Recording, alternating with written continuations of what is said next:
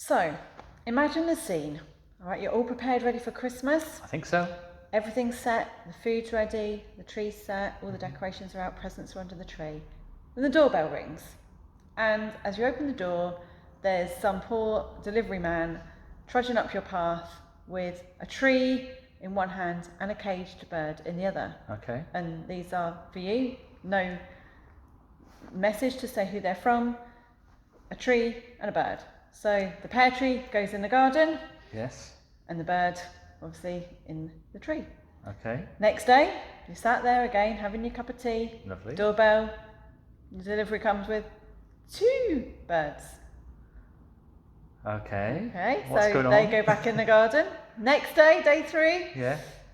Same again, delivery guy with 3 birds. By the end of the week, because every day you're getting a new delivery, you've got about 10 birds. By the end of the next week, you've got about 23 birds, possibly 8 cows and their maids, maybe another 40 extra people or so, dancing, playing pipes, playing drums, all those kind of things, all around your living room, your house, your garden, anywhere they can fit. And don't forget, you've also been given 5 gold rings. Oh, that's quite nice. So the Christmas that you'd had nicely planned, all organised with the food, the presents, the decorations, everything perfect, has been interrupted by these mysterious gifts that you've been given for 12 days consecutively by the poor delivery driver that was probably at the end of his tether by day 12. Yeah. And everything was interrupted, rudely interrupted by a menagerie of animals, birds and people. Now, perhaps our own Christmases won't be disrupted like they were in the song, The 12 Days of Christmas. But for many, many people, it feels that their Christmas this year has been interrupted by COVID and by all the ensuing lockdowns and restrictions and everything else that we've had to be putting up with this year. Yeah. And we don't like interruptions. People don't like interruptions. When everything is nicely organised and planned, and you spent that time doing the planning, it can be really annoying when things don't go the way that you had planned or prepared for. Yeah. And the last thing you want is those interruptions that stop your best laid plans. Things that interfere with our plans and our routines will always not go down well in most people's books. But Christmas is actually about interruptions. Really? The whole Christmas story is about interruptions. The very idea that God came down from heaven as a human interrupted the entire humankind. This baby, this tiny little baby, Emmanuel, God with us, interrupted everything because life was never the same again for the world. And even through every part of the events surrounding Jesus' birth, everything had been prepared and been prophesied by the prophets in the Old Testament. And even though they would have known in theory everything that was going to happen, it still took them by surprise and interrupted their everyday life. And almost everybody that plays a part in a Christmas story had an interruption to their everyday life. So we're just going to explore a few of these characters, the well-known characters from the Christmas story, and we're going to explore just very briefly with each one how they were interrupted. So do you want to start with Zechariah? So when Zechariah was in the temple, an angel came to him and told him, although he's aging and his wife was aging and barren, that she was going to have a child, a baby. Well, he was so shocked and puzzled and feared what was going on that he actually was unable to speak until this child, his child, was born. Wow.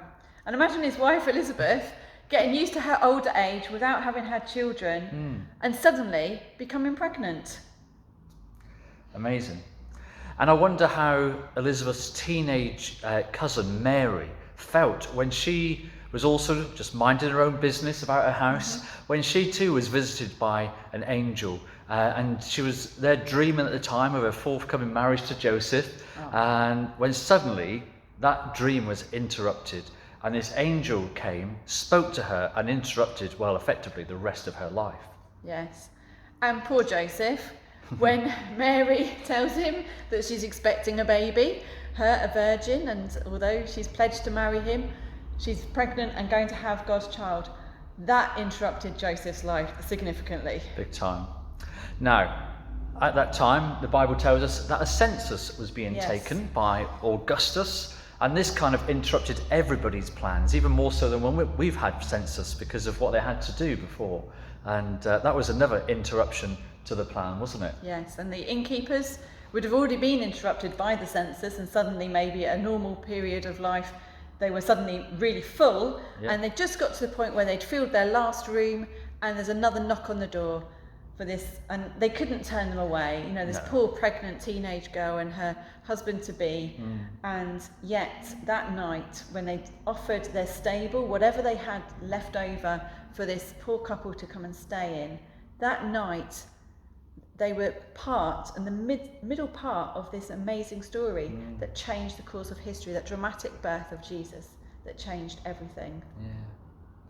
And then we journey out of Bethlehem to far off lands, to some wise men or kings, it's sometimes described as, or we might sing about.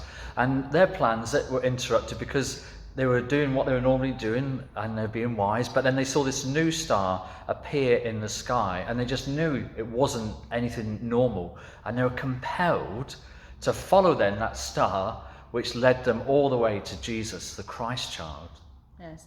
And of course on the way they met Herod, Yeah. and the news that they gave that they were looking for the baby king certainly interrupted Herod's life and Herod's plans. That's right. But we're going to think about the shepherds just now. Now apparently the shepherds of Bethlehem were actually charged with looking after the little lambs and goats that would have been sacrificed in the temple in Jerusalem. And so this was quite an important job that they were doing. And a very special job, but nevertheless, a shepherd was a shepherd, and they were there out in their fields doing what they had to do. One task: look after the livestock, keep them safe and in their care.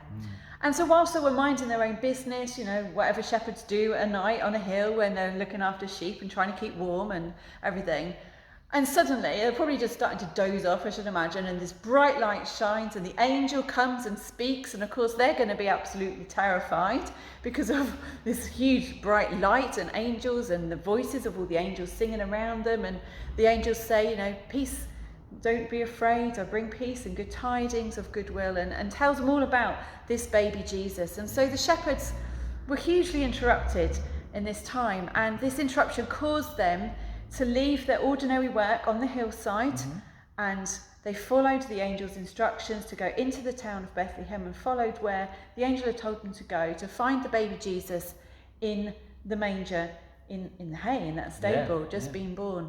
And these shepherds that were usually there looking after the would-be sacrifices, the sacrificial lambs and goats, then were face to face with the one and true sacrificial lamb, the Son of God. Wow. And so when we think about the vast amount of emotions and feelings that would have been going on in the characters that we've outlined in this original Christmas story, and it's not a made-up story, it's a true story that we find recorded there in the Bible, then I wonder, you know, what they must have really felt when they're impacted by these interruptions. I'm sure that we can relate in some way to our own feelings that we've experienced this year, and maybe particularly leading up to Christmas time.